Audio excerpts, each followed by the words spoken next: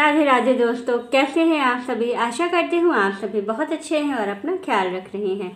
राधा रानी अपनी कृपा आप सब पर बनाए रखें। दोस्तों, आज हम बात करेंगे जो लोग भी महाकुंभ स्नान करने गए थे या संगम स्नान करके लौटे हैं और गंगा जल और संगम का जल लाए हैं, तो वो लोग क्या करें, कैसे गंगा जल और संगम के जल को कहाँ रखें, कैसे सुरक्षित रखें, कैसे उसका यूज़ करें, कहाँ और कब यूज़ करना चाहिए, कब नहीं उसको छूना चाहिए, सभी चीज़ों के बारे में आज हम लोग जान लेंगे।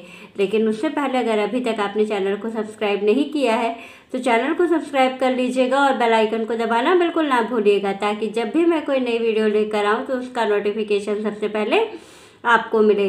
तो आइए चलिए जान लेते हैं संपूर्ण नियम। वीडियो अच्छी लगे तो लाइक ज़रूर कीजिएगा और शेयर कर दीजिएगा ताकि और लोगों को भी ये जानकारी मिल सके, और एक प्यारा सा कमेंट ज़रूर कर दीजिएगा।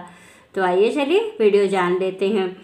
सबसे पहले तो जो लोग संगम स्नान के लिए गए थे या गंगा जी में स्नान करने जाते हैं तो वहाँ से गंगा जल भर के ज़रूर लाते हैं, तो उन लोगों को कैसे और कहाँ पर गंगा जल और संगम जल को रखना चाहिए, कैसे उसे सुरक्षित रखें कि कोई उसमें परेशानी ना हो, ख़राब ना हो वो, और कब उसका यूज़ करें कब ना करें। तो सबसे पहली चीज़ कि देखिए, क्योंकि वो पवित्र नदी का जल है तो उसको पवित्र स्थान पर, जो हमारा पूजा का स्थान है, हमें उसको वहीं पर रखना चाहिए। प्लास्टिक की बॉटल गैलन में ही वो मिलता है तो उसको उसमें वो ख़राब होने का कोई परेशानी, ख़राब होने वाली बात नहीं होती है। तो उसको आप साफ़ और सुरक्षित मंदिर में रख दीजिए। उसे कब हमें यूज़ करना है, तो देखिए जो भी पवित्र तिथि पड़ती है, जैसे बहुत सी तिथियाँ पड़ती हैं जिसमें कि कहा जाता है कि पवित्र नदी या सरोवर में स्नान का इस त्यौहार में महत्व है। तो अगर आप नहीं जा सकते हैं पवित्र नदी या सरोवर में स्नान करने, तो आप क्या करिए, उसको उस पानी को नहाने के जल में थोड़ा सा डाल करके स्नान कर लीजिए, तो आपको वही पुण्य फल प्राप्त होता है। तो इसलिए उसको साफ़ और सुरक्षित रख लीजिए। इसके बाद आपको दूसरा यूज़ क्या करना है, जैसे कि कभी घर में आप कोई पूजा पाठ करते हैं, सत्यनारायण की कथा हो गई, या फिर जैसे शिवरात्रि पर रुद्राभिषेक है, सावन सोमवार है, इन सभी में जो लोग अभिषेक करते हैं या भोलेनाथ की पूजा करते हैं, तो वो क्या करें, गंगा जल थोड़ा सा पानी मिला करके उससे अभिषेक कर सकते हैं, या तो संगम का जल भी आप मिला करके और उससे भी आप अभिषेक कर सकते हैं भोलेनाथ का। तो इसलिए ये यूज़ भी आप उसको कर सकते हैं। इसके बाद जैसे प्रतिदिन अगर आपके घर में लड्डू गोपाल है, अगर आपको ईज़िली जल मिल जाता है तो आप ऐसा करिएगा, नहीं तो अगर आप कभी कदार या किसी ऐसे ओकेज़न पे जाकर ही जल ला सकते हैं तो ऐसे मत यूज़ करिएगा। जैसे कि डेली प्रतिदिन अगर आपने ठाकुर जी स्थापित किया हुआ है तो उनको जो जल आप रखते हैं उनके पीने के लिए, उसमें भी आप थोड़ा सा 2 बूंद जल डाल सकते हैं। तो इससे क्या होगा कि आप प्रतिदिन गंगा जल का भोग लगाते हैं, मतलब भगवान को जल में गंगा जल मिला करके पीने के लिए देते हैं, तो वो भी बहुत शुभ माना जाता है। और कहा जाता है इस जल को घर में रखना बहुत शुभ होता है, इसलिए भी शुभता के लिए भी इसको घर में रखना बहुत ज़रूरी है।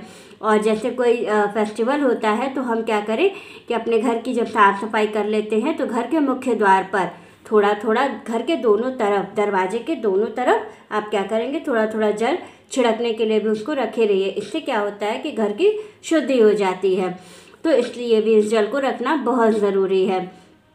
अब इसके बाद हम लोग बात करेंगे कि इसको हमें कब नहीं छूना चाहिए। तो देखिए, अगर आप महिला हैं और पीरियड्स में हैं तो आपको गंगा जल, संगम का जल, पवित्र नदी या सरोवर का जल नहीं छूना है, बिल्कुल नहीं छूना है। इसीलिए कहा जाता है कि इसको साफ सुरक्षित जो है मंदिर में रखना चाहिए, कहीं इधर उधर नहीं रखना चाहिए।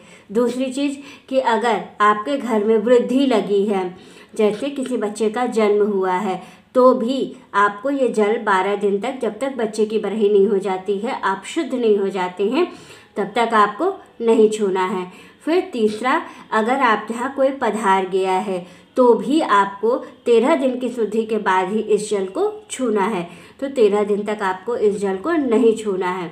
तो इन सब परिस्थितियों में जो जल आप लाए हैं, संगम का जल या पवित्र नदी या सरोवर का जल, संगम का जल, गंगा जल, कोई भी जल है, तो उसको आपको छूना नहीं है और उसको साफ और सुरक्षित अपने घर में मंदिर में रखना है, जिससे कि उसकी पवित्रता बनी रहे। तो आपको ये चीज़ विशेष रूप से ध्यान जरूर रखनी है कि ये कार्य आपको ज़रूर करना है। और इसके बाद एक चीज़ और करनी है, अभी देखिए शिवरात्रि आ रही है, तो शिवरात्रि पे भी बहुत से लोग रुद्राभिषेक करते हैं भोले बाबा का। तो क्या करिएगा, उस जल को रखे रहिएगा, और जब अभिषेक करिएगा तो आप क्या करिएगा, जिस जल से आप अभिषेक कर रहे हैं उसमें थोड़ा सा वो जल मिला लीजिएगा, तो आपको वही पुण्य फल की प्राप्ति होगी। तो इस तरह से इसका यूज़ कर सकते हैं और ऐसे इसको सुरक्षित रख सकते हैं। और अपवित्र अवस्था में उसको बिल्कुल भी आपको छूना नहीं है। कोई भी अपवित्र अवस्था हो, पीरियड्स हो, घर में वृद्धि लगी हो या कोई पधार गया हो, तो आपको वो जल नहीं छूना है। वो घर के मंदिर में साफ और सुरक्षित रखा हुआ होना चाहिए। तो वीडियो अच्छी लगे, जानकारी अच्छी लगे तो लाइक, शेयर और सब्सक्राइब ज़रूर कीजिएगा। राधे राधे दोस्तों।